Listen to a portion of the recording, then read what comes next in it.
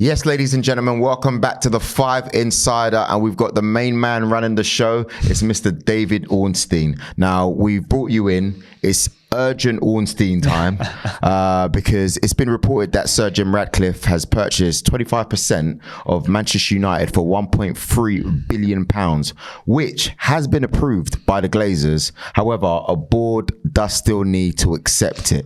Now, it's big news. The fans are not necessarily happy because they wanted, the Qataris to take over and Prince Jassim, etc. But I think the most important question, especially for Man United fans, I'm not one, but I'm presenting today like I do on Five, obviously. There's a disappointment. What does this mean to own 25% of Manchester United? Well, firstly, we've got to clarify that they haven't bought it yet, but they're in the process of trying to buy 25%. There seems to be an agreement of sorts in principle, a consensus that this is going to be the direction of travel, but it's not done and dusted just yet. Of course, as you say, it needs board approval. Whether that really matters or not, given the Glazers own the club, and if they want this and they control most of the board anyway, they'll probably get it through. I think the board meeting is sort of a procedural thing more than anything. And you may have seen reports in the last 24 hours or so before we record this that it might not actually get voted on at Thursday's board meeting.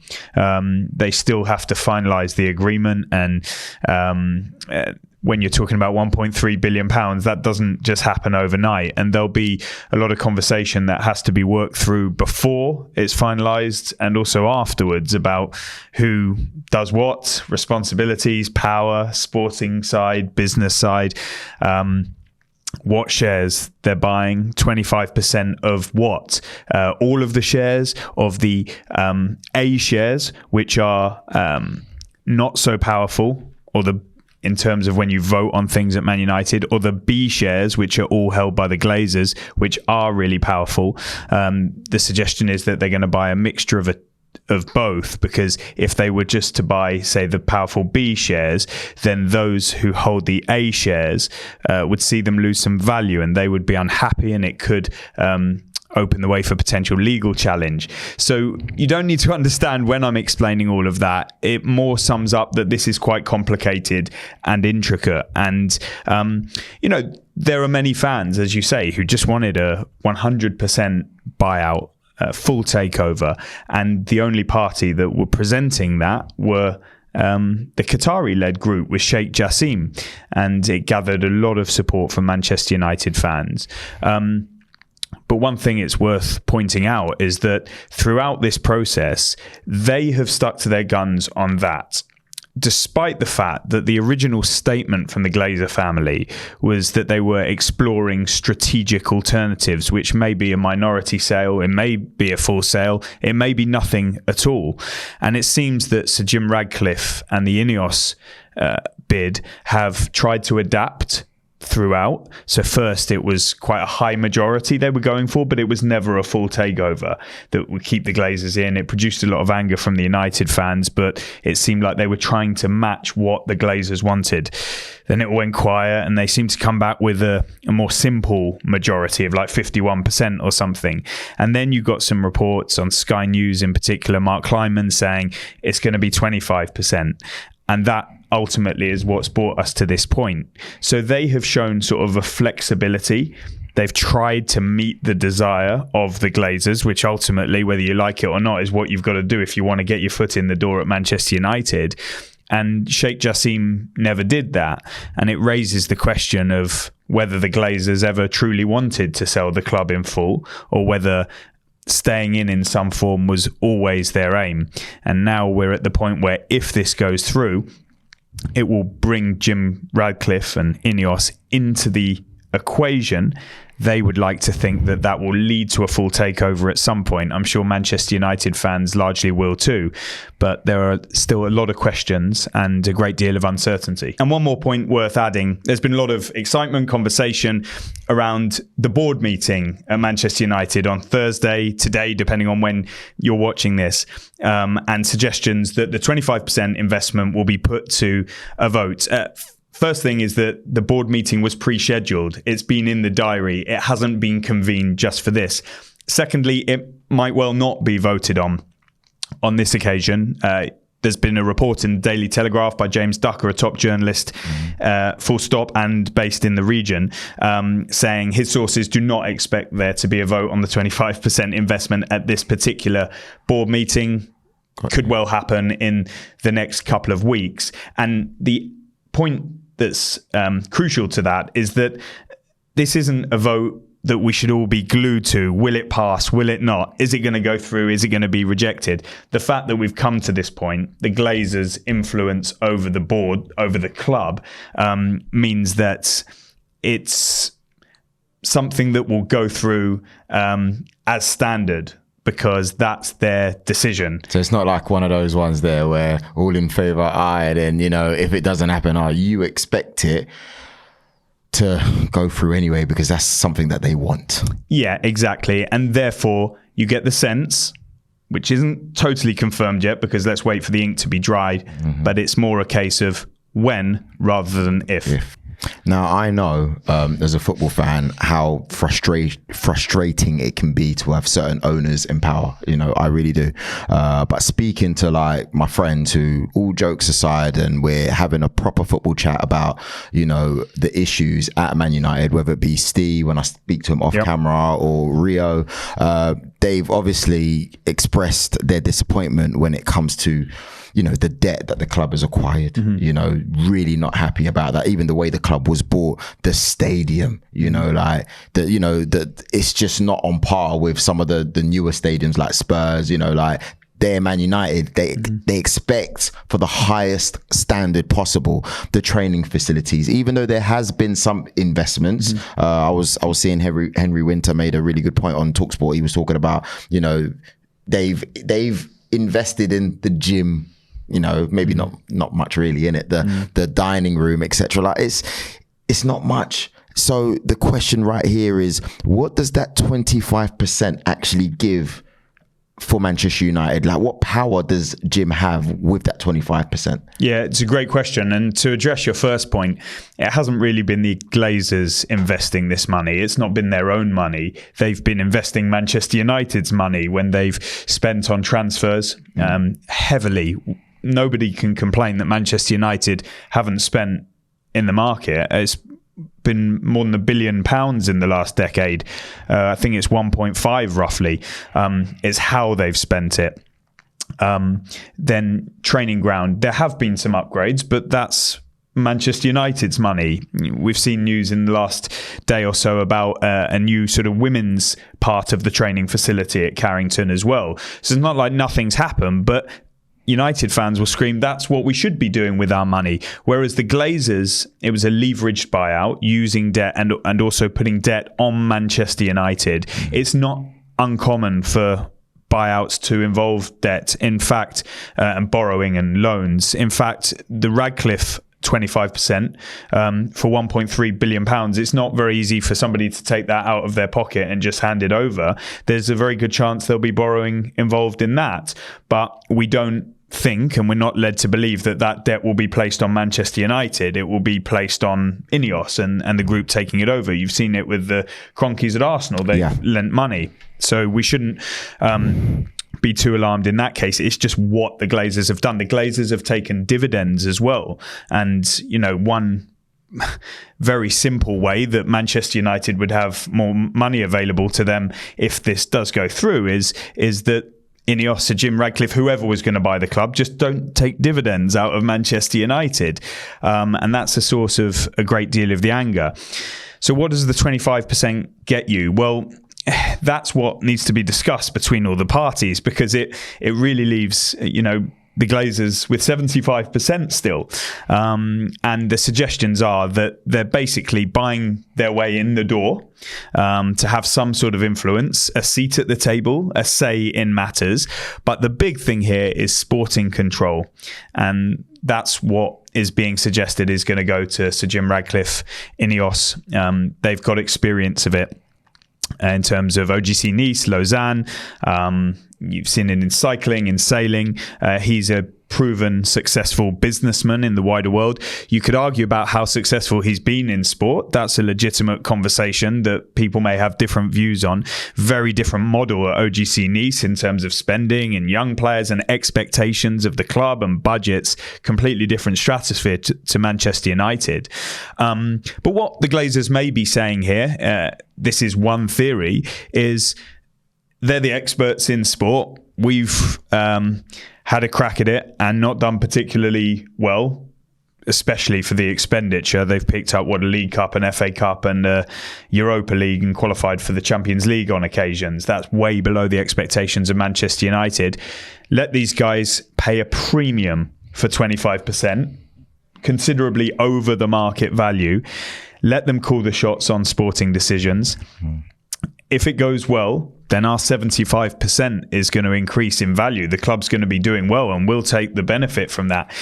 If it does badly, then it's on Sir Jim Ratcliffe and INEOS. What about those currently running the club at Manchester United? Your chief executive, Richard Arnold, footballing director, John Murtagh. What happens to them? What's going to go on? It's a key point, and if you look to the sort of top of the tree below the Glazers, you've got Richard Arnold, chief executive, who replaced Ed Woodward. I think he's made a pretty good impression at Manchester United. He was better known to staff at the club because he was a more visible presence than Ed Woodward. Ed Woodward was based out of London. Richard Arnold spends a lot of time at Old Trafford and Carrington, so had pre-existing relationships. He was the commercial director. But it's been such a short period of time in the job that we don't have a really clear picture of exactly what he does and how well or not he has done it. Many people say his most notable sort of task was the Mason Greenwood matter, which he ruled on. He changed his sort of thinking along the way from reintegrating him to ultimately deciding that his future would lie away from Manchester United. So anybody coming in with influence, and we don't know whether INEOS, Sir Jim Ratcliffe, would have this level of influence given it's a minority stake, but would look at the chief executive. It's only natural. And INEOS have bought a man called Jean-Claude Blanc into their setup. He's been a chief executive at a number of high-profile clubs. So it leads to a lot of speculation. Could he be coming in for Richard Arnold? The truth is we just don't know on that yet. Then you go down the tree and you've got football director John Murtagh. There's been so much scrutiny on transfers and the football setup, scouting, etc., contracts, squad building, and really that sort of comes under John Murtagh's remit. Darren Fletcher's in there as well, more recently.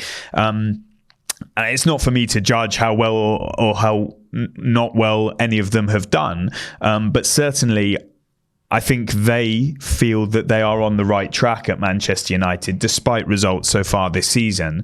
And they've got clear plans for how they would like to develop the football side of things if they didn't have this uncertainty hanging over them. And if there was a bit more clarity and structure around the budgets. And I'm not saying they didn't have money to spend, because we've already talked about how the club did, but it was just how it was spent. Many windows being told, too close on financial fair play, got to sell before they buy. Nothing happens. Maybe a Mason Mount level deal early in the window. There's manoeuvrability for something at that level, but then nothing else. And then suddenly towards the end of the window, there's a panic. And last time it was Anthony who came in late for a much higher price than United could have got him for earlier in the summer. This time round, it was Sergio Reguilon and Sofian Amrabat at the end, loans, and what money is there to spend? It all seemed a little bit disjointed, and I don't want to apportion blame, because I think there's a lot behind the scenes with these things that we don't really know about and shouldn't judge. What we do know with these clubs, and we've said it with many, is that phrase, like a fish rots from the head, it's all set from the top and it trickles down for good or for bad. And so, when you look at the John Murtagh role, INEOS, if they have this influence, will have to say, Are we going to keep him in his role? Darren Fletcher too. Others, Andy O'Boyle is deputy to John Murtagh. On the recruitment side, a chief scout, Steve Brown, and there's a network there. Do we want to keep them in position? Do we want to integrate them into a new state-of-the-art sporting model? I don't want to speak bad of those that have been in the roles because they may feel they've already got that now. But with any takeover, people do like their own individuals. And so Sir Dave Brailsford, who people will know from British Cycling, Team Sky, of course, OGC Nice, he's been influential there as well. And he's very well known within sporting circles as being like a leader in high performance. And so could he operate with somebody like Murtagh and Fletcher, or would he want to take the role on himself? What about others who have been linked in media reports largely? Paul Mitchell has been talked about a lot. He was at AS Monaco. He's now departed there, so is available. Lives in the Northwest, was previously at RB Leipzig, Tottenham, Southampton, and built up a fairly good reputation around recruitment and structuring the sporting side of things. He's left AS Monaco in good shape. You've got somebody like Michael Edwards at Liverpool, built a brilliant reputation too, and is not in work at the moment, lives in the region. Many people have said it's the sort of job that he would like to get his teeth stuck into. But we don't know with either of those guys what their intentions are, whether they want to come back in, whether they would be offered the opportunity to. Julian Ward was deputy to Michael Edwards at Liverpool. He then took the main job and he has since left Liverpool and lives in the region, I think, as well.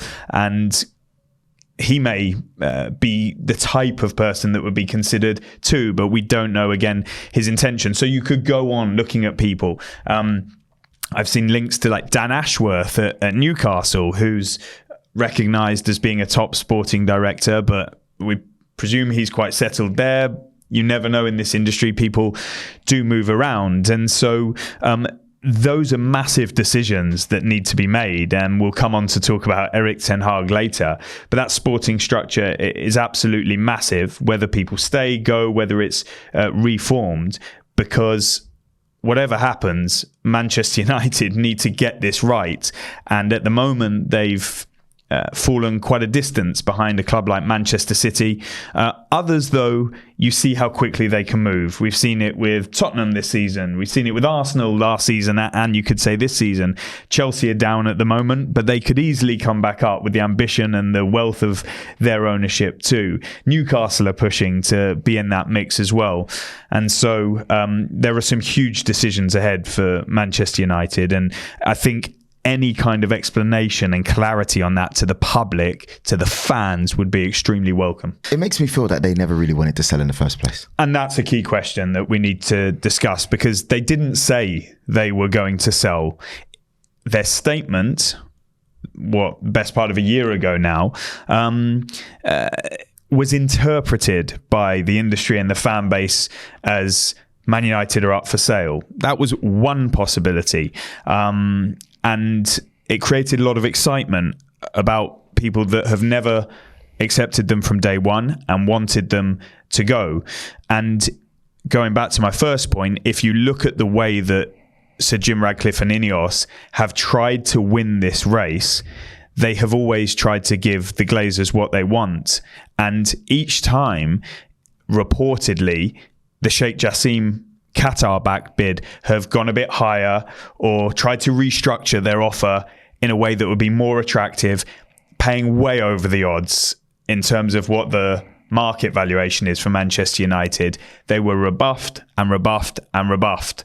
And that suggests that the Glazers have never had an interest in selling in full, or if they did, that they veered away from it as they saw the growth of football, television rights. World Cup 2026 is on the horizon. A new lucrative Club World Cup is coming via FIFA, and we're led to believe that Joel and Avram Glazer, who are the two most influential of the siblings, really like being involved at Manchester United have never wanted to go, whereas some of the siblings supposedly do want the full sale, but those guys are in most day-to-day control.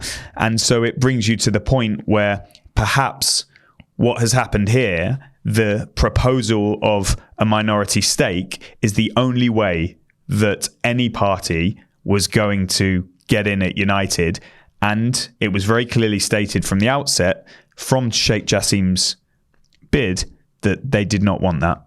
So what was their bid, just to refresh the memories?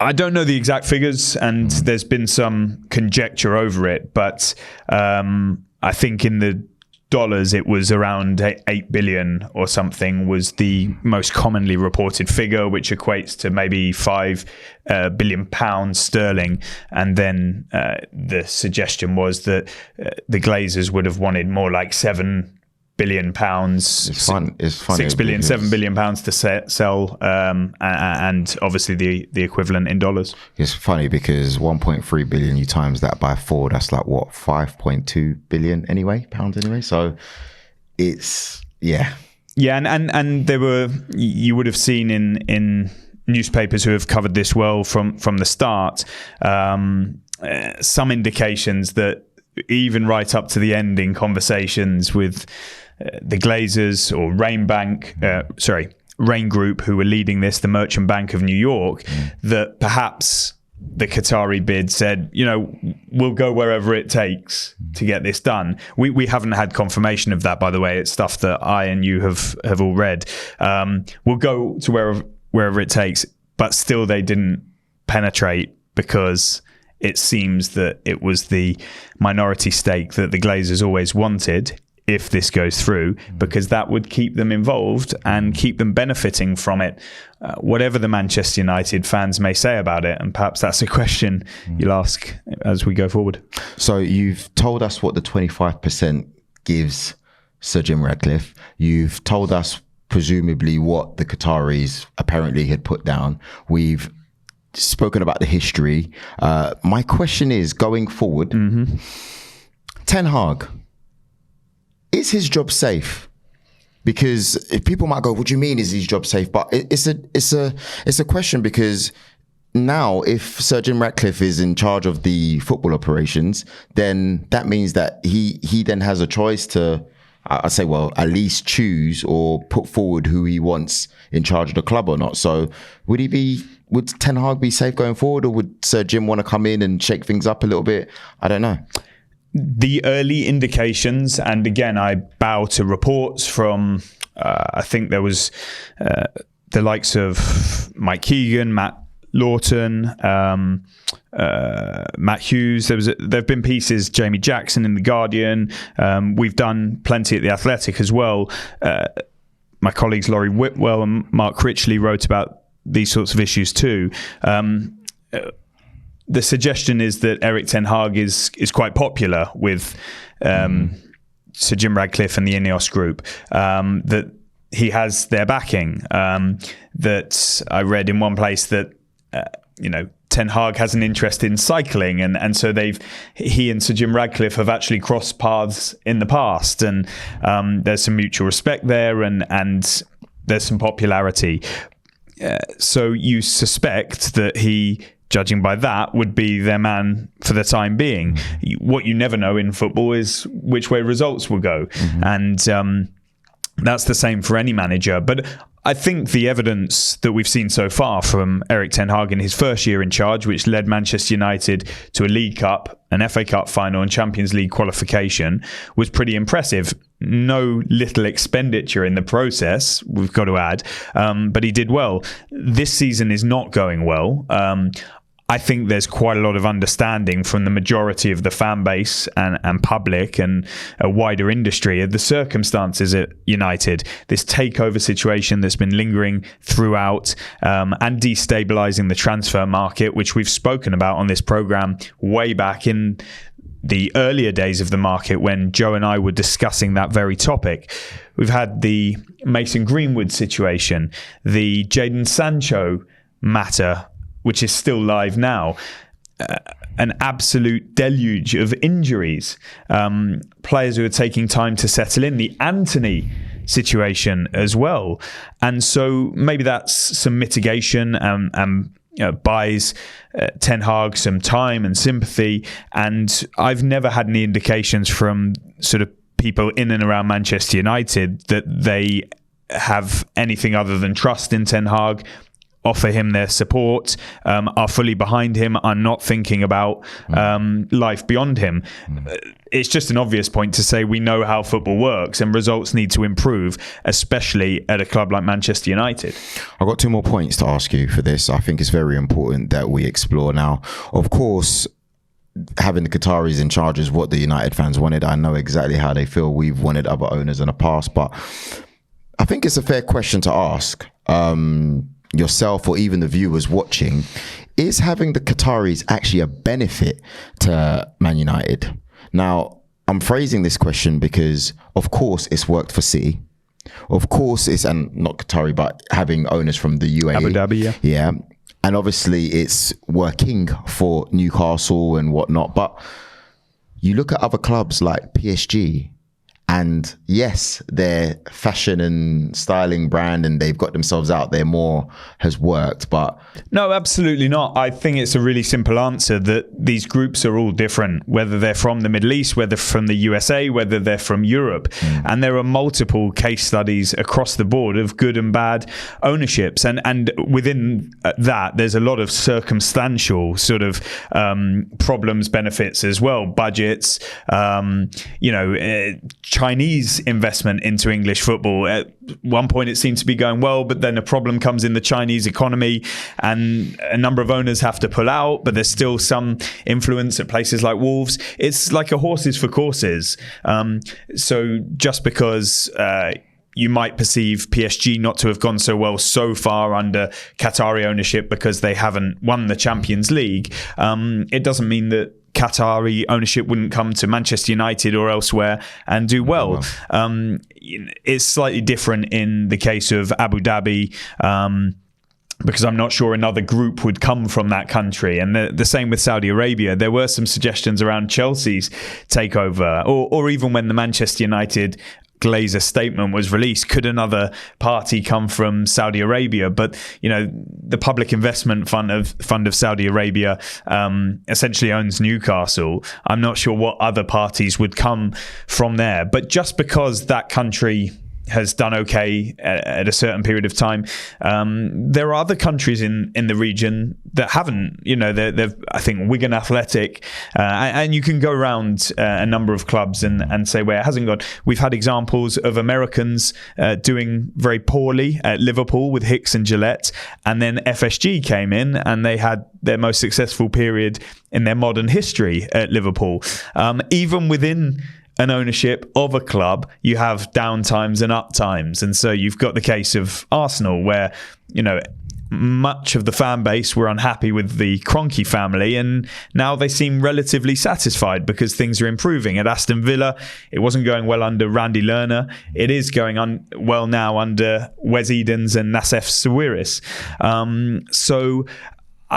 We can't say with any certainty what the Sheikh Jassim bid would have brought to Manchester United. We've never heard from him. We've never seen him, I don't think, in terms of moving images. I think there's been a couple of stills of him.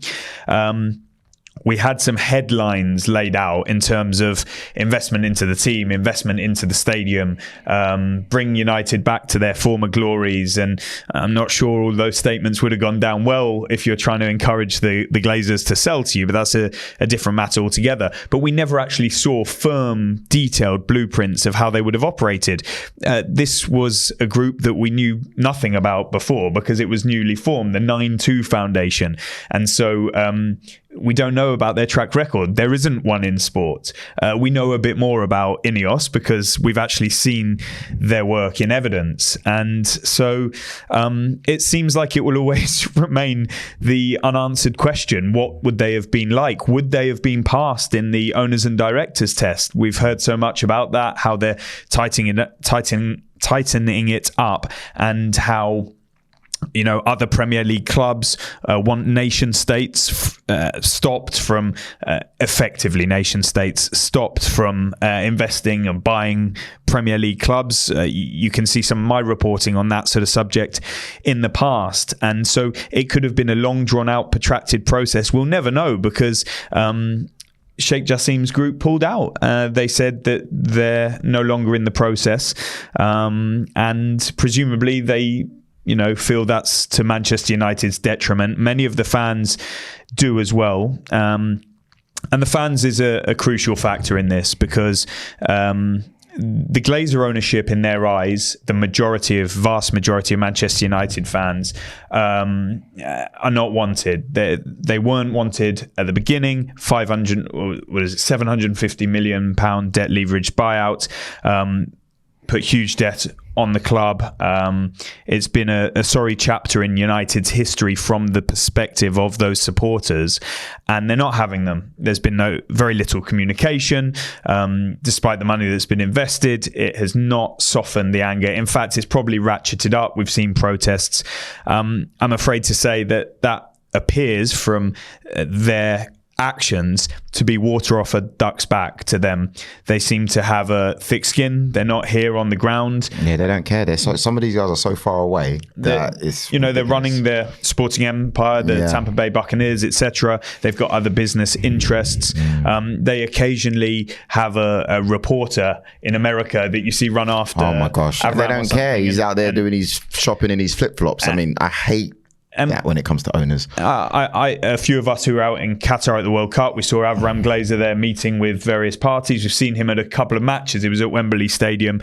But you don't see them at Old Trafford. And so with people of this level of business and wealth and distance geographically, the protests can continue all the Man United fans like. But it doesn't seem to have affected any decision making at Old Trafford.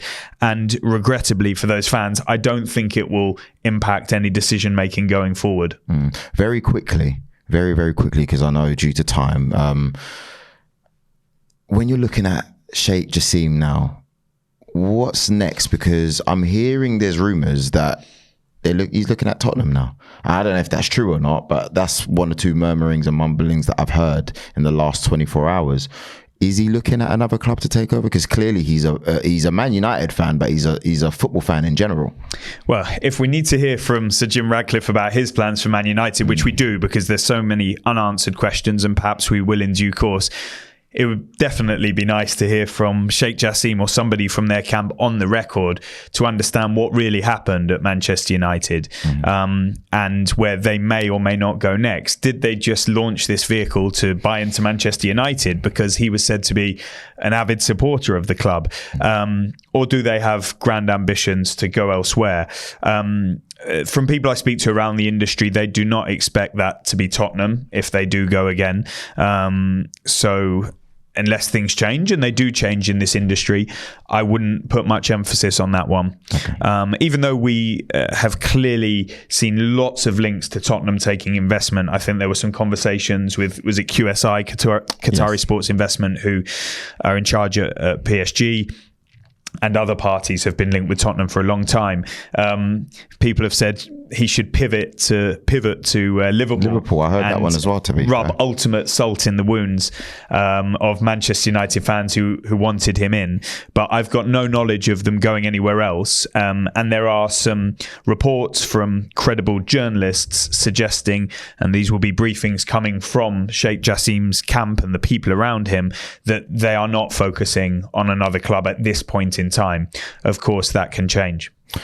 David Ornstein, thank you very much. I'm going to start calling you Sir David Ornstein at one point. Honestly, you're so good, so insightful. You are. That's why you're one of the best, if not the best in the business, man. And we really appreciate having the Five Insider with you. So guys, please make sure that you follow David Ornstein. Read these articles on The Athletic. Insightful stuff, and please follow his socials. All the links are in the description. We will have him back again for updates on the show. Joel Bayer, David Ornstein signing out. Thank you very much, man. My pleasure. Peace.